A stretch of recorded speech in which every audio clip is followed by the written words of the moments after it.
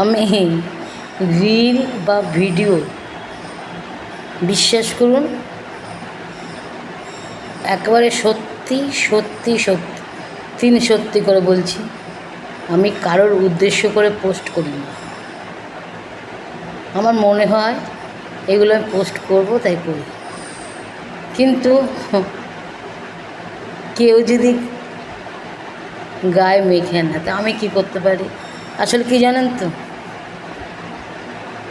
যখন দেখবেন কীর্তন শুনতে যান বা কোনো মিটিং মিছিলে খুব হুড়োড়িতে অনেক জুতো পড়ে থাকে, এবারে যার পায়ে যেটা হয়ে যায়, দুঃখী মানুষরা বা দৈন্য মানুষরা বা ভিখারিরা পায়ে গলিয়ে নেয়।